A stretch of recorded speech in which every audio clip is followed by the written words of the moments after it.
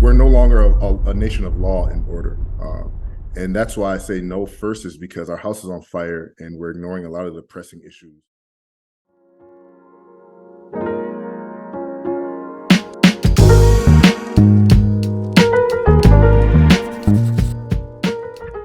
All right, folks, welcome to the Furnished Mind. We're joined by Tyler, Chris, and Osmond. This is gonna be a good time. We're just gonna go. This is gonna be a topical segment. Just going over a couple of questions that pertains to theology, philosophy, culture, and politics. But let's go ahead and just dive right into this first question. So obviously everybody understands what's going on in the Middle East. We're plagued by headlines surrounding Israel, Palestine, Yemen, Egypt, and a plethora of other nations. But the question I have pertains to the U.S. and obviously the disaster we have regarding our international policies. So as a founding member of NATO, should the United States utilize its influence and power to orchestrate, influence, and impede the dealings of the international community? Or should we withdraw from all international conflicts, including from allies, and focus only on our internal matters? If so, what are the most pressing issues that need our attention? I want to go ahead and start. Let's start with Osmond. Should we pull out of NATO, or should we not interfere with other countries' business? Should we just kind of use our influence, our power to kind of police the international community, or, well, let's just say specifically the Middle East, or should we pull out, allow them to handle their own issues, no matter the result, and just kind of focus on our internal issues? Ooh, um, that's a hard question. That's a hard question to answer with just a It simple is. yes and no. So yes, in some cases, and no in others. Break I it down. think yes, because of our ally with Israel, we should keep our connection with the Middle East open. No, in some sense, look at what happened to Syria, Pakistan, Iraq. Well, Iraq and Syria are the most recent. Um, we went in, we tried to help, we tried to police, and then we pulled out, and it just caused more issues. So I would say yes and no because of that. Yes, because of Israel. No, because of what's happened. But at the same time, is the Middle East doing well without our guidance and help? I don't think so. I think the Middle East is having a lot of issues with infighting and terrorism, especially. Is it so? I'm really torn because I'm a big proponent of if we treated the world like a neighborhood. Um, I'm totally fine with having an HOA and paying our dues, but I'm not Mhm. going over to my neighbor's house and telling them how to run their own home unless they ask me to help and come over and help. So that's where I'm torn by. I think the analogy of an HOA is NATO, but at the same time, I if I see my neighbor's house is burning down, I want to help. But if my neighbor says I don't want your help, then I would say nope, don't help. And so um, that's at least that's my viewpoint. Do you also think there are any pressing issues that the U.S. should focus on that you would say take precedent? Terrorism, I think tyranny in that sense of I think the United States has always said we side on the side of people being free and to have democracy. And if you look at a lot of the nations in the Middle East, there is not a lot of of freedom of voice, freedom of religion, or freedom of choice of their leaders. And so, in that sense, I think we're drawn in to help. But there's a there's a point where we have to get to the realism of when is helping hurting, and so when do we know our help is actually causing more hurt than it actually is helping the people there. And so with that, I would say pull out. Um, I think that's why we have embassies in countries, is to be able to have that connection, that openness. But if you notice, a lot of the places that are torn by terrorism, they don't actually encourage American embassies to be there. They don't want foreign folks to have influence or a line of communication open. Um, so yeah, I don't know. The conflict in the Middle East has been going on since what, 60s and 40s, and we still haven't. There's still conflict there. Um, should the United States military be a police force for the world? Um, I would say yes and no.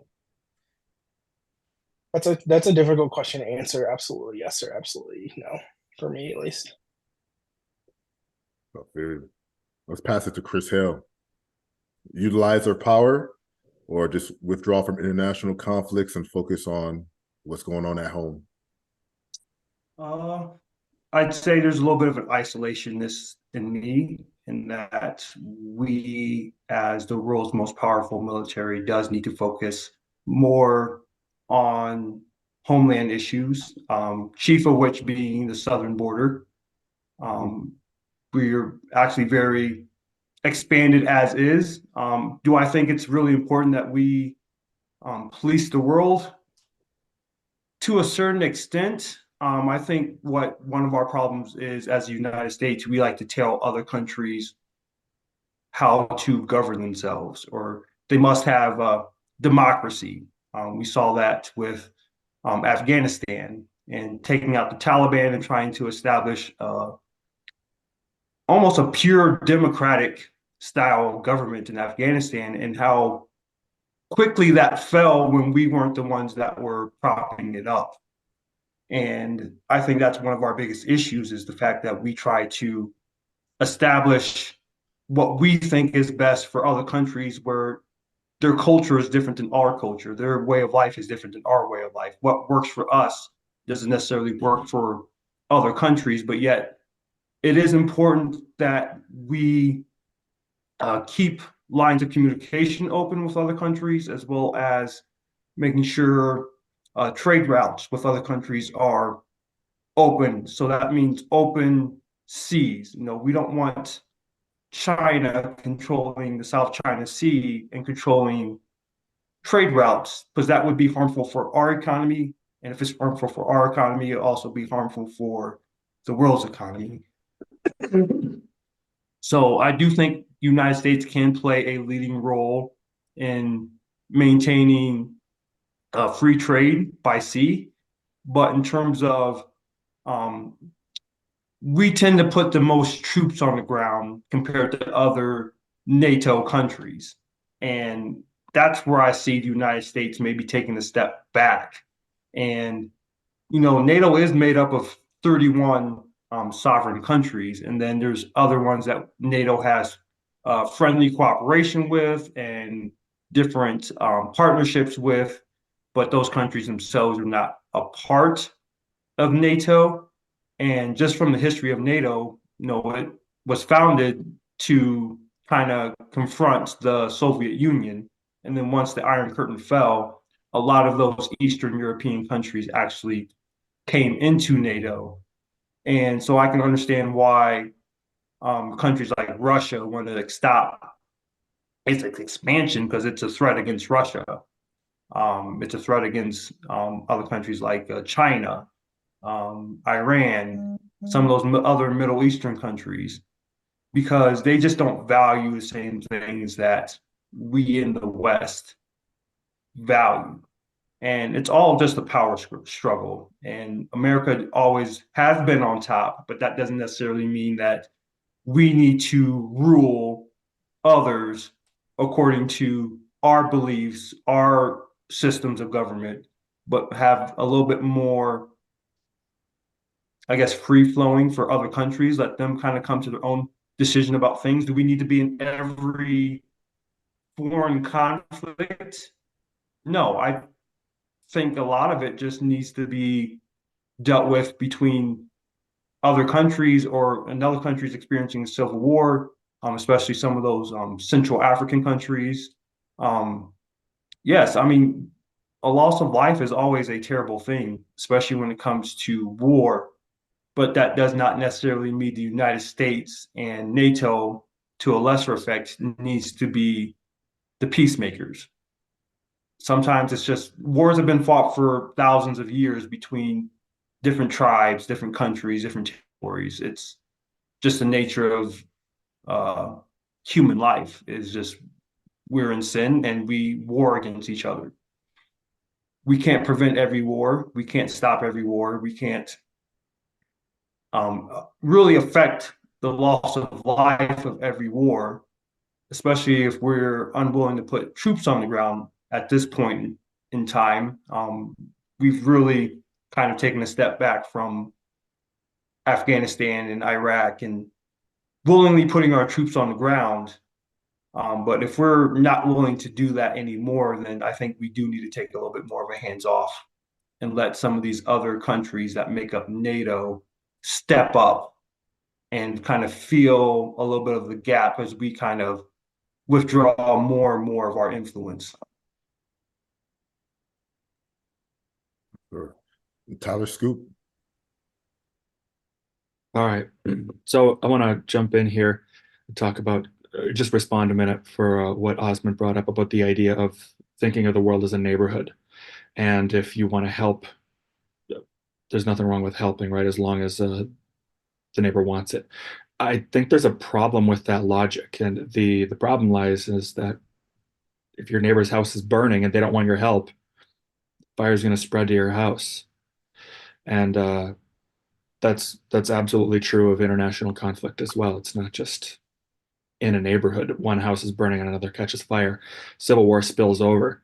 You look back to the 1700s and France's revolution, war spilled over all over the place. Part of the reason Napoleon was so furious with everyone was that they enabled it to happen. All the other countries did nothing to help. And when people tried to flee, they were sent back.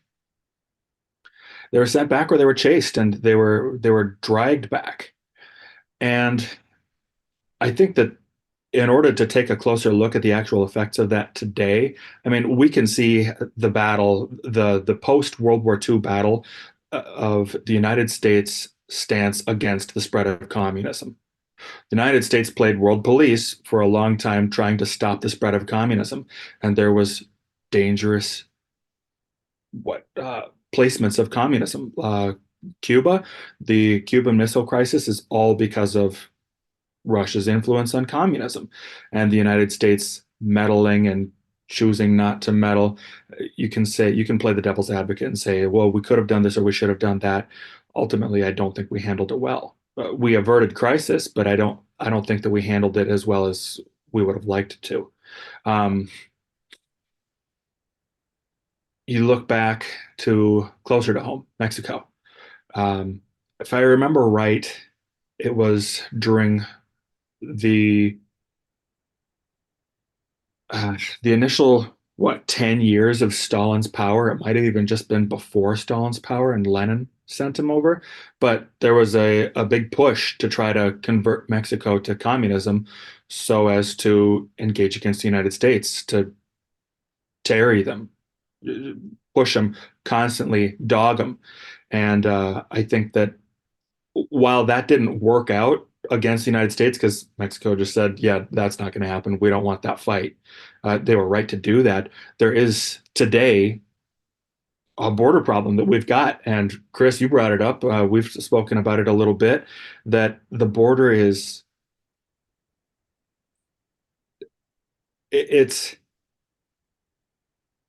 directed to be, it's being demanded by our government that it be unsecure. Every nation in the history of the world has had the right and the responsibility to secure their border. That's part of being a nation, right? Is that you have your borders and you respect those borders and others respect them as well. Therefore, you securitize them. Our border is a joke. Honestly, it's a total joke. People come and go as they see fit right now. And for those who try to stand against it, good luck. Now, I think that the United States has played a important role in the past, and back to the idea of the neighborhood. Every neighborhood needs to have a fire department. And the United States has sort of tried to play that role of the fire department in many cases in the past. And in a lot of cases, I think they've done it pretty well. So I think there's been some success there and a fair bit of meeting a needed responsibility. But there's a problem that's coming up now in the aftermath of the information age. We have become a nation divided, and for us to commit to playing this role, stepping in a meaningful way and securitizing an area so that the fires don't start back up.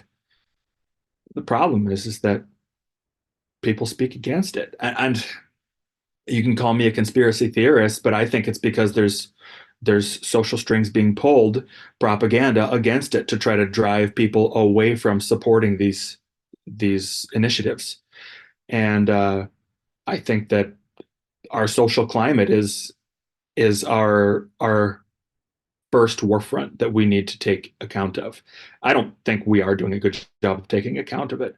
And the main problem is that as we are the preeminent superpower of the world in military ability, we are so at war with ourselves that anything we commit to 4 years later, we could completely withdraw from. And the hatred that a leader can get from committing to something that is needed is so ridiculous that it can cause them to completely pull back from it. You look at LBJ, Lyndon Baines Johnson, and the Vietnamese War. It was, what do you call it? Pie on his face, cake on his face. He felt that he made a fool of himself, and he refused to admit it. He refused to back down, and it was a terrible progression to divide the social climate of America from the office of presidency. So I think that's really a huge place where our leadership became divided and never fully recovered from those that the leadership is leading. The presidency is spoken of as a joke now, right? It's people make constantly jokes about, oh, which old white man am I going to vote for? How about which leader am I going to vote for? If you don't like the options, go dig, find out, but respect the office, because that office is an office of provision and responsibility. I think that with the information age, we're not handling it well, and we are not suited to play the role of the police or the fire department in that example. But I don't know who else can do it. I think it's too much power for one person or for one country to do it, and I don't think the United States is handling the power well. Nice. And you know what?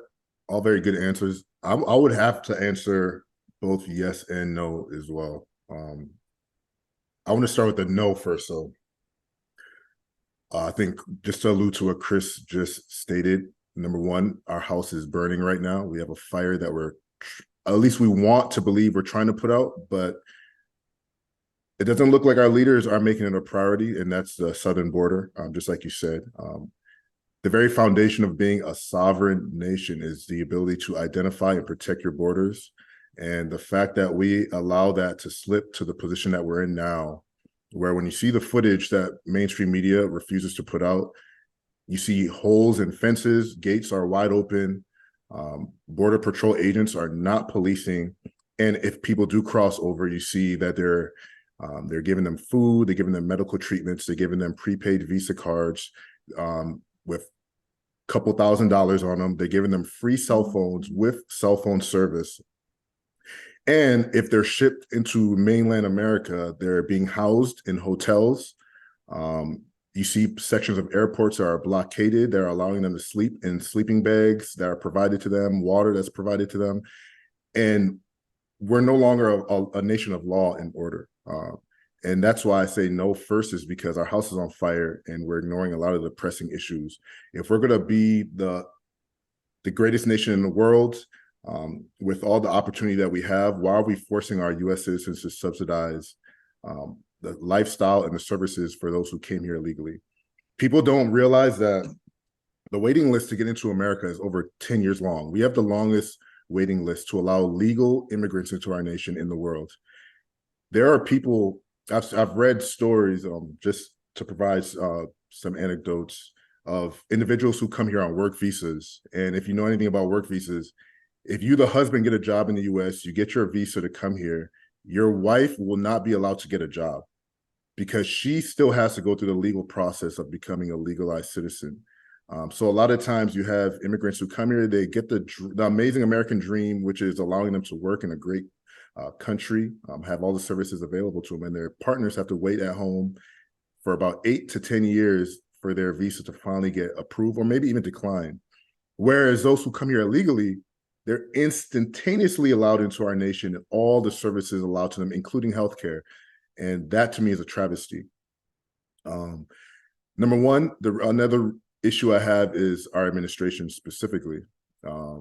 When Joe Biden came into office, I think it was Osman who brought up Afghanistan, or Chris, I can't remember, but he crapped the bed to censor the statement. He crapped the bed immediately when he pulled our troops out of Afghanistan.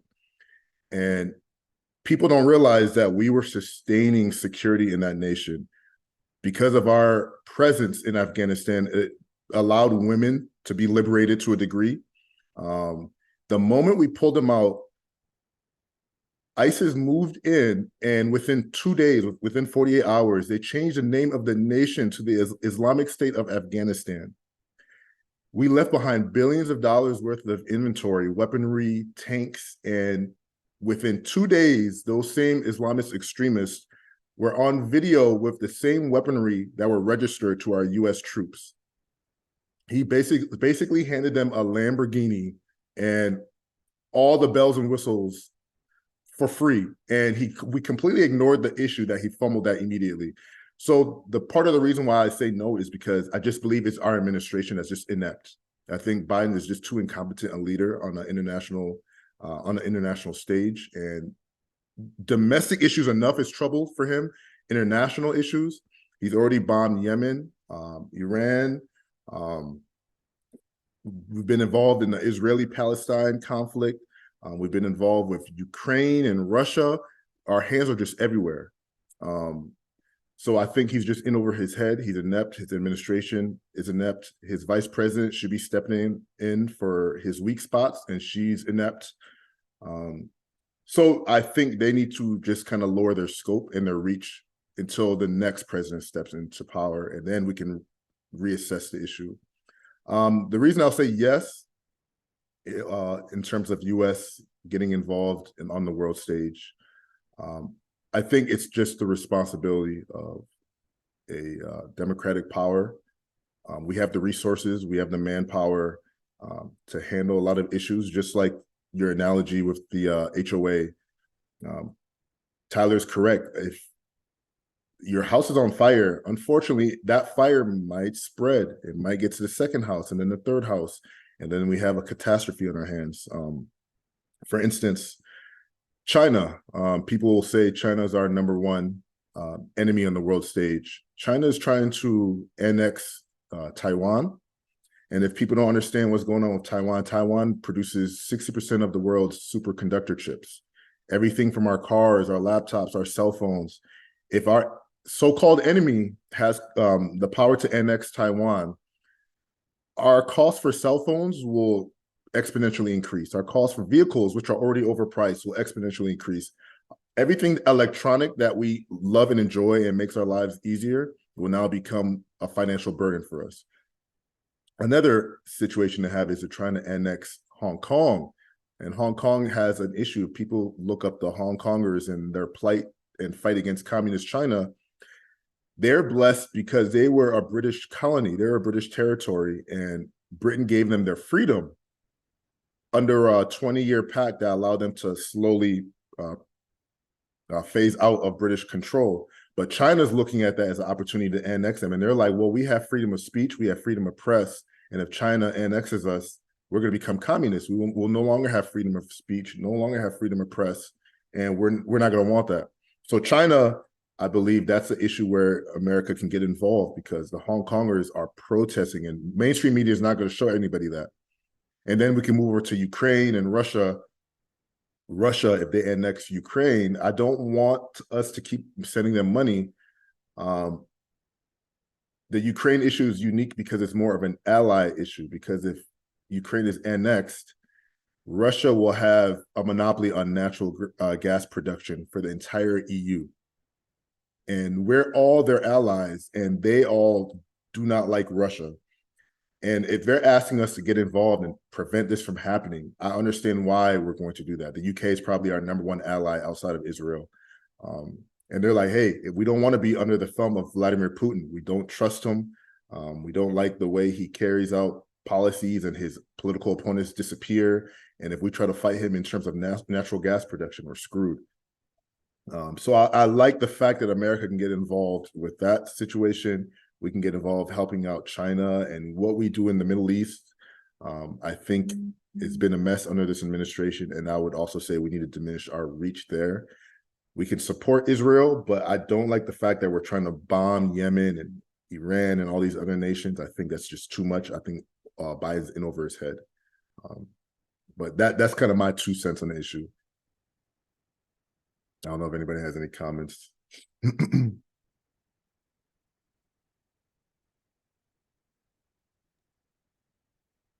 No, well put. I mean, I think I read somewhere where I know in the news it talks about, we're bombing the Houthis there in Yemen. And each of those bombs that are being used are $2 billion per bomb.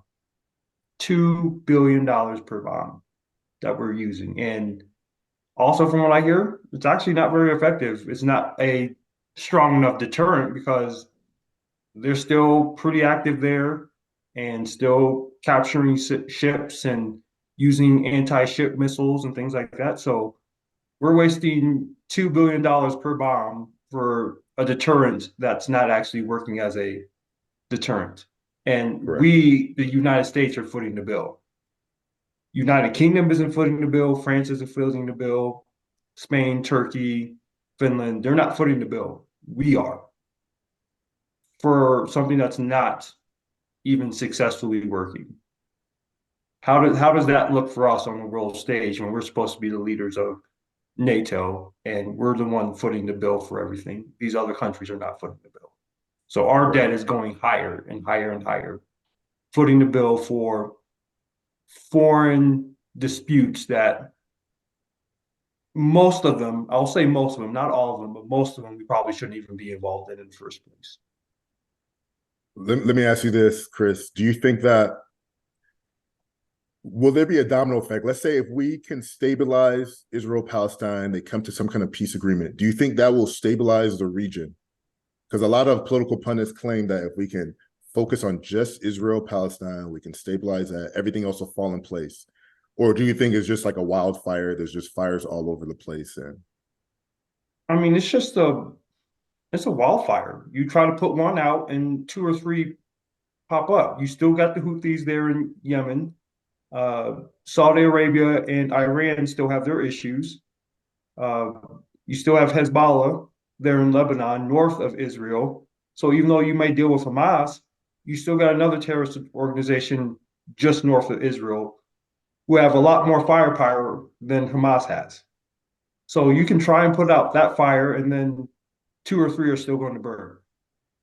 And then what? We're just going to keep going from conflict to conflict to conflict and think we're going to solve all those problems when those problems have been raging for hundreds, if not thousands of years, and somehow we're going to step in and be the peacemaker.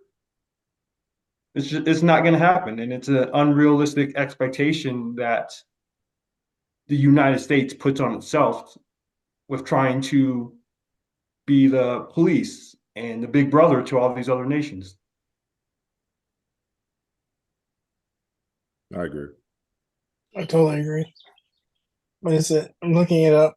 Our aid for last year for countries. Oh, We oh my. 153 countries we gave aid to. The lowest is Qatar at 11,000, and it just goes up from there. And the highest was Ukraine at 10 billion that we gave. That's a 7,000% increase from 2021 last time we gave aid update. Golly. But then right after that's Ethiopia 2 billion, Yemen 1 billion, South Sudan 1 billion, Somalia 496 million, Nigeria 496 million. So like, if you took the total of all this money that we're giving away, it's a large number. And so my question is, why do we give these kind of numbers to these countries? And do we get a receipt for what it was used for? Not for aid. For Huh?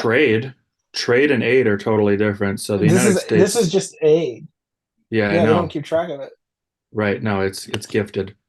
United Yeah. States is supposed to be the world currency reserve, and they've done just a horrible Right. job since the 70s. And we want the petrodollar to be in U.S. dollar. We do not want it to move to the yen or the ruble. For the BRICS. Right. We want to maintain that, because that means that in order to buy gas, you have to have American currency. And so in order to do that, then you have to be in good standings, or at least be willing to trade with America. And I think that is how we have soft control in the world, is to keep the petrodollar in US dollar. But my argument is Yemen currently isn't considered a US ally for the most part. It's currently going through a civil war. Why are we giving them $1 billion? Like, I don't understand. Somalia is openly anti-America. And that's my own people. 946 million. What is that going towards? And that's not humanitarian aid. That's just aid, meaning we're just giving them the money. Unmarked dollars for whatever reason. The claim I hear is in those nations that the U.S. is playing the role of like how the CIA plays like gangsters and mafia members in the U.S. They're saying that they're pitting certain extremist groups against others, pirate groups against certain nations. That's the claim I'm hearing. Right. So well, we're funding them for that's dark money, and that's that's its own budget item. That isn't. You don't even know what country that went to. This is the aid that we do know where that took. That's my argument of like, if we want to fix the southern border, can we just say, hey, we're taking a break for a year. We're not giving out aid to all the other 153 countries that we're giving aid to. We're just going to focus on tackling one problem. And I think that would make fixing the southern border. You could build a southern border with the aid money that we give away. And I forgot to even throw out, with the hundreds of billions of dollars that we've already sent to Ukraine. People forget when Mali was burning down, they only got $21 million in total aid, and there was about $600 stimulus checks for each resident. $600. And then we just, again, 48 hours ago, approved another, I think, $60 billion that was attached to our immigration bill, another $60 billion for Ukraine. Yeah. And it was 60, go ahead, sorry. I get it. The reality is we support Ukraine natural resource. Mali does not have natural resources that we seek after to protect or to continue or to protect. It sounds so dirty hearing somebody say it, but it's true. It's true. It is. Those are our citizens, but we're protecting bro. That's crazy. That's crazy. Yeah, and I'm assuming there's someone out there that's sitting in closed rooms and doing a cost analysis of how does this benefit us in the long term, rather than the short term. There's what's his name? I can't remember. There's a motivational speaker slash that focuses on reaching businesses, and he says that nations play an infinite game, and your goal is not to defeat your opponent, but to relinquish their resources to the point where they don't want to play anymore. And I think that is how the world governments work. Is they're not trying to defeat their opponent; they're just trying to control resources. So their opponent goes, "I cannot afford to keep playing this game, so I quit." Attrition. And I think that's what the issue with Ukraine is that, and I think that's what Putin fears the most is, well, he has his own weird agenda. Every single great Russian has expanded the borders of Russia. And for him to go down as a great leader, he has to reclaim what the SSR used to be and keep that footprint or expand it. That's the goal. And I don't get why he's using Ukraine as his focal point. It makes no sense. And secondly, I don't understand why NATO is not moving its butt to get Ukraine into NATO as fast as possible, other than the fact that Russia is threatening to go nuclear, which would be horrible for Russia because if you saw anything with their military, they couldn't even keep their tires up to date for their vehicles. Like the only thing that they have left is their missiles going up into the air, and Lord forbid that they have not been for them that they have not been keeping their missiles up to date, and it explodes in their own silo. Like it's kind of that's the only deterrent they have, and I don't understand why. We have more like right now with NATO and the nations that are part of it. China is distracted with Taiwan. We're distracted with Ukraine that China's making its play for Taiwan. But I think if we go to war with Russia as NATO versus Russia, I think China will be like, nope, we're out. We can't help you, Russia. Like, we don't want to be part of this because their Belt and Road initiatives. They've been financially. I don't think they would. I think with all the deals they've been making with Italy, Greece, and African nations, I don't think they're going to want. They're going to look at the cost analysis and say, is the money worth it? And the answer will be yes. You know why? Because that will give them what they need to transfer the global monetary unit to over to BRICS. Brazil, Russia, India, China, South Africa. China and Russia knocking out America, we can push BRICS to the forefront. But I don't think that's not going to be their. No, they wouldn't risk it. No. To trade with BRICS currency? I think they'd be willing to cut Russia off. Russia's not been doing well for them. It's financially it has been costing them more.